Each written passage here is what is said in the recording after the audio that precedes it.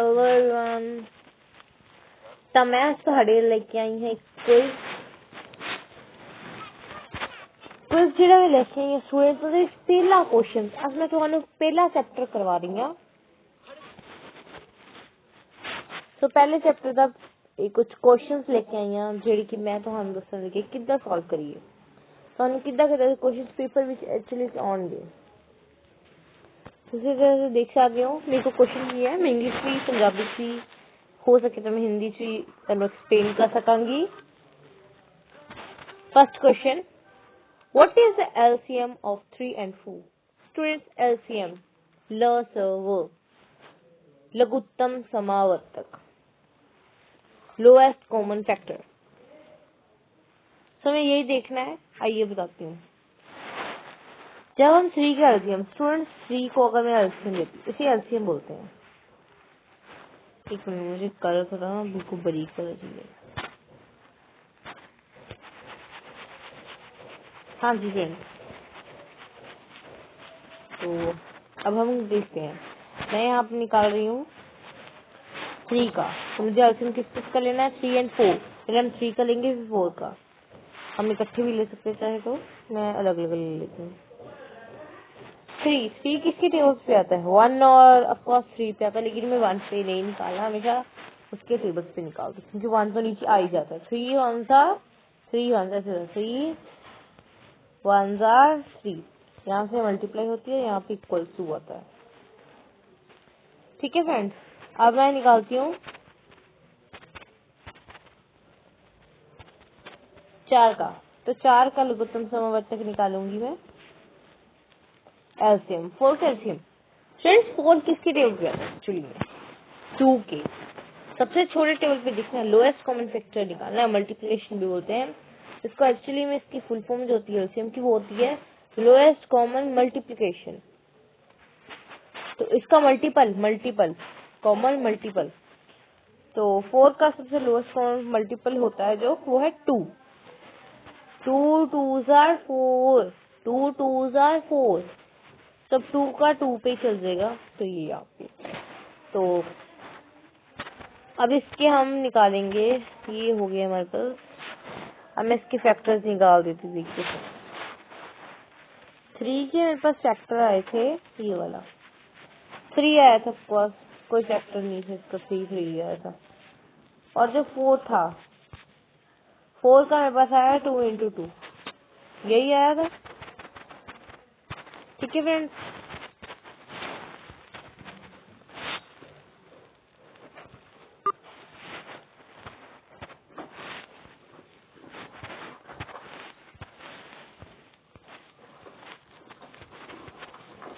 ये है मेरा स्ट्रक्चर।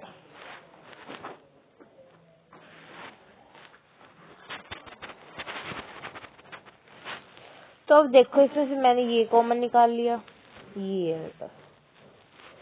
तो ऐसे में क्या करते हैं, जो जो है सबको मल्टीप्लाई कर देंगे ऐसे करके।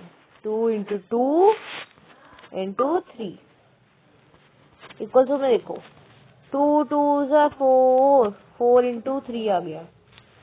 अब 4 into 3 कितना होता है? 12। इसका आंसर आ गया 12। 12 इज योर राइट आंसर। ठीक है फ्रेंड्स, तो 12 को मैं कर दूंगी 6।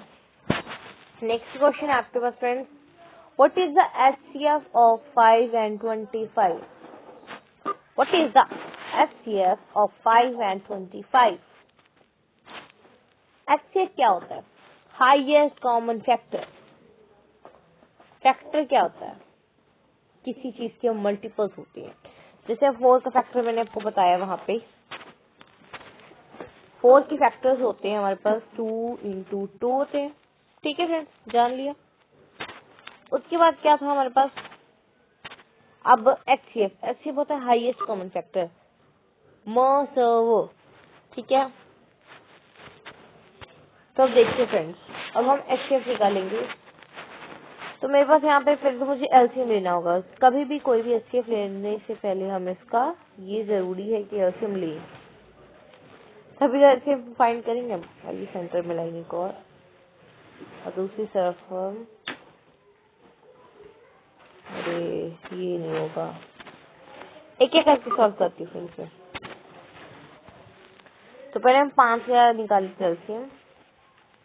5 1 5, नथिंग है कि 1 पेयर नहीं करना नहीं है, और 5 और किसी टेबल पे आता नहीं तो 5 पे चल जाएगा। तो 5 1 5, इसका फैक्टर पता लग गया। 25 के फैक्टर्स बनाते हैं अब हम।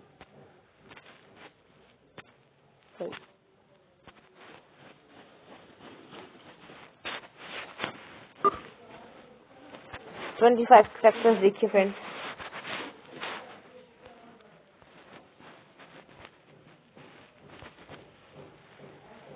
5 5 25 फ्रेंड्स, आपको ऐसे होना चाहिए, पहले तो आपको टेबल्स आनी चाहिए। 5 5 25, 5 1 5, तो इसके फैक्टर निकाल लिए। अब नेक्स्ट चीज 5 के फैक्टर नोट लिख लेते हैं। अब हम नोट करने होंगे हमें 5 के फैक्टर, जैसे कि आपको पता है मेरे पास सिर्फ 5 ही निकला था, और जो 25 था उसके फैक्टर्स निकले थे मेरे पास 5 5। तो इसमें से कॉमन निकाल लो पहले तो, ठीक है। कॉमन निकाल लेती हूँ मैं, ऐसे निकालते हैं। ये देखो मेरे पास ये कॉमन आया, ठीक है, ऐसे कॉमन निकाल। मेरे पास 5 क्या आ गया। अब मैं 5 को क्या कर दूंगी, कुछ भी नहीं करना, 5 का आंसर है। तो मेरा 5 जो है इसका आंसर है, ठीक है। कैसे देखिए, मेरे पास 5 के मल्टीपल्स देखिए क्या थे। 5 का मल्टीपल था मेरे पास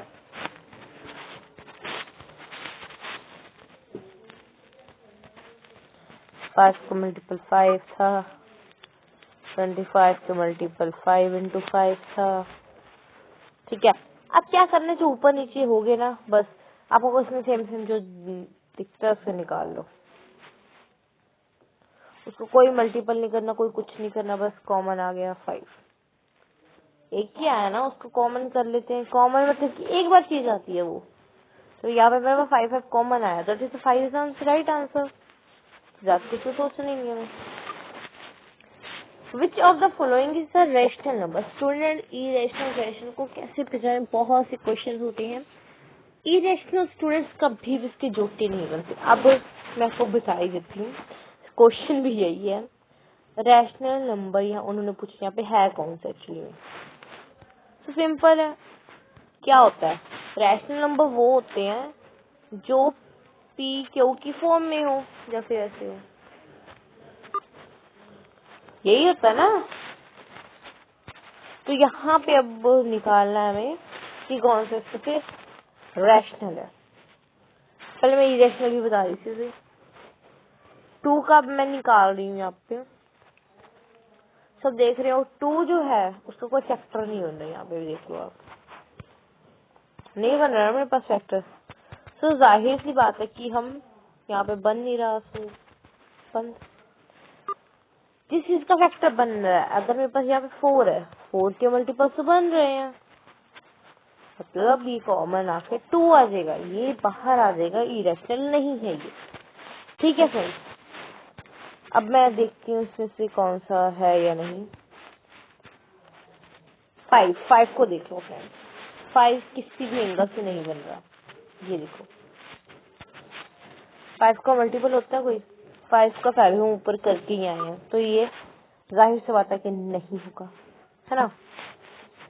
नेक्स्ट 3 का भी आप देख ही लो। अब 3 भी नहीं जाएगा किसी पे भी, क्योंकि 3 को 3 पे ही जाता है, 2 पे तो जाएगा नहीं ना। 1 पे जाएगा, लेकिन 1 पे हम नहीं करते, ठीक है फ्रेंड्स। उसके भी फैक्टर्स या फिर मल्टीपल्स नहीं है। 4 को हम छोड़ते 7 करते हैं। 7 का मल्टीपल भी नहीं होता, 7 7 पे जाता है या फिर 1 पे जाता है। ये कंपोजिट नंबर्स हैं फ्रेंड्स, 1 3 5 7 9, मतलब कि 1 1 उसमें से माइनस कर देना। और फ्रेंड्स एक और चीज, अब देखो 2 के टेबल जितने नंबर आते हैं, that is all are even numbers,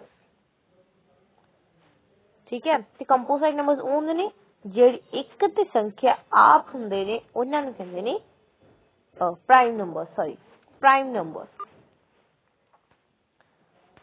हुण 7 भी नहीं हैगा ते राइट आंसर मेरा सी है, बिकॉज ऊपर मैं करके दिखाया तुहानू कि ਜਿਹੜੇ ਆ ਉਹ ਦੇ ਫੈਕਟਰ ਹੁੰਦੇ ਨੇ 2 into 2, ਸੋ ਇਹ ਬਾਹਰ ਆ ਜਾਂਦਾ ਹੈ ਉਸ ਤੋਂ ਤੇ ਇਸ ਦਾ 2 ਆਉਂਦਾ ਹੈ, ਰਾਈਟ। तो इसमें ऊपर की करते हैं नॉक कर देते हैं, मैं नॉक कर देते हैं जैसे C. Next question, the decimal expansion of 17/8 slash बोलते हैं 17/8 ऑफ द टाइप, ये किस तरह का डेसिमल एक्सपेंशन दशमलव प्रसार है। फ्रेंड्स मेरी एक बात को ध्यान रखो, यहाँ पे कुछ चीजें हैं इसमें बहुत समझने वाली हैं, तो देखो डेसिमल एक्सपेंशन जो होती है वो तब आती हैं, टर्मिनेटिंग होती है, एक नॉन टर्मिनेटिंग होती है। अब टर्मिनेटिंग और नॉन टर्मिनेटिंग को कैसे पहचाने, बहुत बच्चों का क्वेश्चन है, कैसे आइए देखते हैं। टर्मिनेटिंग शांत नॉर्मल थिंग है, देखो जो नीचे वाला ये, ठीक है, इसे डिनोमिनेटर बोलते हैं, तो जो इस फॉर्म में होता है 2n 5m, सॉरी m डाला है मैंने, ठीक है, तो जो इस फॉर्म में होते हैं ना, अब देखो मैं करके दिखा देती हूँ पहले तो। अब 17/8 है, ठीक है, मैं इसको कर लेती हूँ। जब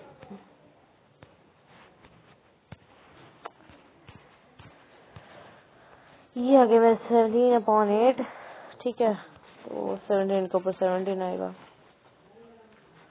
2 into 2 into 2, इसका भी फैक्टराइजेशन प्राइम फैक्टर मेथड है ये सारे। 8 को हमने ऐसे करना है, एलसीएम निकालनी है,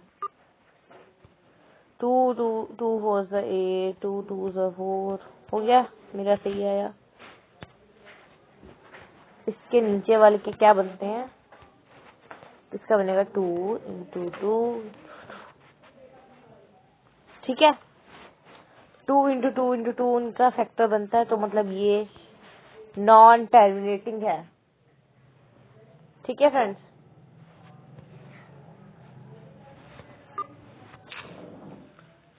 तो फ्रेंड्स वो जो होते हैं उसे नॉन टर्मिनेटिंग कहते हैं। तो फ्रेंड्स ये सिंपल है कि नॉन टर्मिनेटिंग है, ज्यादा आप इनके बारे में सोचो मत। देखो जिनका तो प्रसार आता है 2n 5m की फॉर्म में आता है तो वो ठीक है, अगर नहीं आ रहा तो वो नॉन टर्मिनेटिंग है। अब नेक्स्ट क्वेश्चन कर सकते हैं।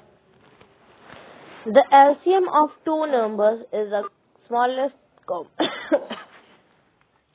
Smallest common multiple. दो संख्यावां दा लसव वो छोटे तो छोटा साझा गुणज हुंदा है। दो संख्यावां, मेरे पास दो संख्याएं हैं जिसका लसव छोटे तो छोटा साझा गुण हुंदा है। बिल्कुल सही है फ्रेंड्स, लसव माने एलसीएम। एक मिनट, लसव छोटे तो छोटा साझा गुण, हाँ जी बिल्कुल सही है फ्रेंड्स। ये हुणे मैं तुहानू एलसीएम करके दिखाई थी, और 2 नंबर सी मेरे को 3 ते 4 सीगा, एक 5 ते 25 सीगा, देख भी सकते हो क्वेश्चन च 3 ते 4 आया सी, मेरे को 5 ते 25। मैं एलसीएम लिता सी दे विच छोटे तो छोटा साझा गुण जो हुंदा है ना, हो सकता है ना, that is the right answer. Next answer को करते हैं। हाँ जी फ्रेंड्स, ये क्वेश्चन थोड़ा सा है। The HCF of 2 consecutive prime numbers है। दो लगातार भाग संख्यावां दा मोसव की हुंदा है। दो लगातार संख्यावां मेरे को आ रही ने, अपाच प्राइम, ਜਿਹੜੇ कि आप ते एक संख्या उत्ते आउंदे हन, है ना। सो उसका मोसव की होएगा, मोसव मैंने एचसीएफ की हुंदा है, ऑफ कोर्स 2 हुंदा है, उन्होंने क्या अब लगातार, सो मेरे ख्याल से 2 आ सकता है, ठीक है। नेक्स्ट क्वेश्चन,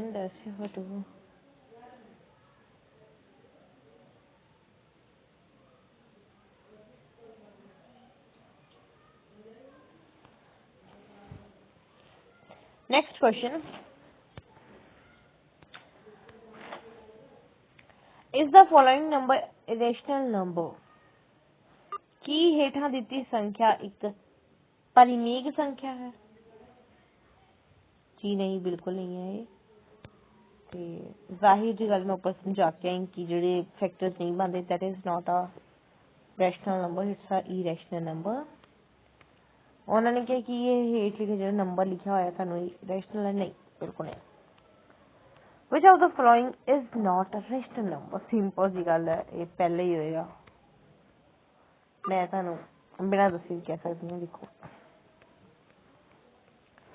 ऐ तो है नहीं, पता लग गया ये है ठीक है, ਉਹਦੀ फॉर्म ਵਿੱਚ बटे ਦੇ रूप ਵਿੱਚ है, ਇਹ हो नहीं सकता। देखो ਇਹਦੇ पहले जीरो आ गए, ਜਿਹਦੇ पहले जीरो आ जाए वो रैशनल ਹੁੰਦਾ है, इरेशनल ਹੁੰਦਾ है सॉरी। ਤੇ ਇਹਦਾ ਫੈਕਟਰ ਬਣ ਰਹੇ ਨੇ 3,3। ਇੱਕ ਮਿੰਟ,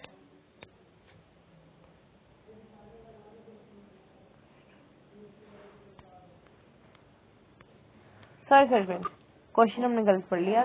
कौन सा रैशनल नंबर नहीं है? तो ये भी रैशनल है, ये तो है इरेशनल, मैंने बताया। ये रैशनल इरेशनल वो होते हैं जिनका लगातार चल रहा है, जिनका कभी खत्म ही नहीं हो रहा।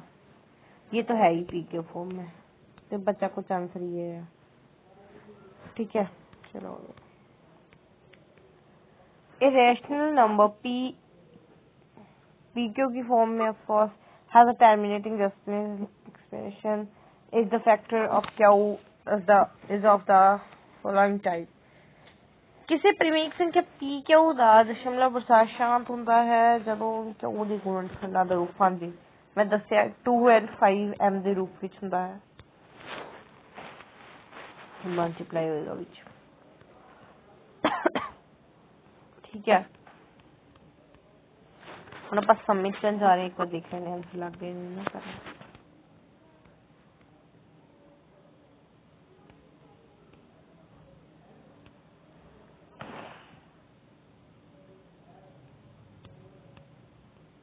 तुसे ना क्वेश्चन हम स्क्रीनशॉट करके दोबारा सॉल्व करने की कोशिश करो, तब तक ਅਸੀਂ देखते हैं।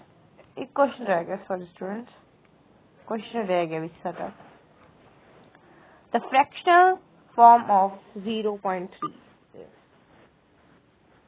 इसको फ्रैक्शनल फॉर्म में लिखना क्या आ जाएगा 3/10 में। अगर आपको ये चीजें भी नहीं आती तो फ्रेंड्स आप कुछ नहीं कर पाओगे। देखो ऑफ कोर्स अब हम कोई भी चीज आप देखते हो, कोई भी मेरे पास मल्टीप्लिकेशन आती है, अब जैसे नीचे 10 आ गया, ओहो यार, ये देखो 3 क्यों लेना मुझे, मैं ले लेती हूँ। ये देखो अब मेरे पास ऊपर आया 4 गुना 10 10, 4 या 12 12 10, तो अब इसको मैं ऐसे भी लिख सकती हूँ 1.2, ठीक है। अगर मैं नहीं लिखने का मन तो मैं सिंपल फॉर्म में लिख दूंगी। कौन सी फॉर्म में लिखूंगी? ऐसे 12/10 है तो मैं इसे कटिंग कर दूंगी। जब कटिंग नहीं हो रही, जैसे यहाँ पे कटिंग नहीं हो रही, तब हमने किया ये काम। अब ये है, इसमें क्या हो रहा है, इसे कटिंग नहीं हो पा रही। 3/10 है, कटिंग नहीं हो रही, सिंपल सी बात है। मैं यहाँ पे करती हूँ, यहाँ पे कट जाएगा, 10 तो आता ही नहीं, तो इसका ये आंसर है। देखते फ्रेंड्स व्यू स्कोर हमारा क्या आता है। तो 16 मार्क्स आए, देखते कौन सा क्वेश्चन गलत हुआ। तो ये आंसर बिल्कुल करेक्ट है, ये भी आंसर बिल्कुल करेक्ट है, ये भी करवाया मैंने रैशनल। ये टर्मिनेटिंग आया है,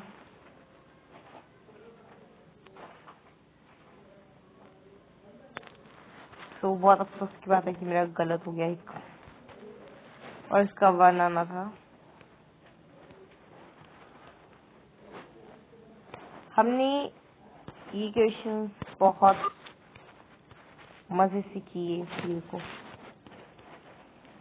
हर क्वेश्चन सही है, लेकिन 2 क्वेश्चन जो थी उसको हम एक नए तरीके से करवाएंगे। इसमें क्या आपने चीज नोटिस करनी है, तो अब ये तो मैंने गलत की, क्योंकि ये मुझे पता है, क्योंकि मैं चाहती हूँ कि आप 2 क्वेश्चन सॉल्व करके लेके आए, पास नहीं आए। क्यों आया, कैसे आया, ये आप बताएंगे, ये आपके लिए क्वेश्चन है। मैंने इतने सारे रिवीजन कराने के बाद ये 2 क्वेश्चन गलत किए हैं और मैंने इसको समझाया नहीं बिल्कुल भी।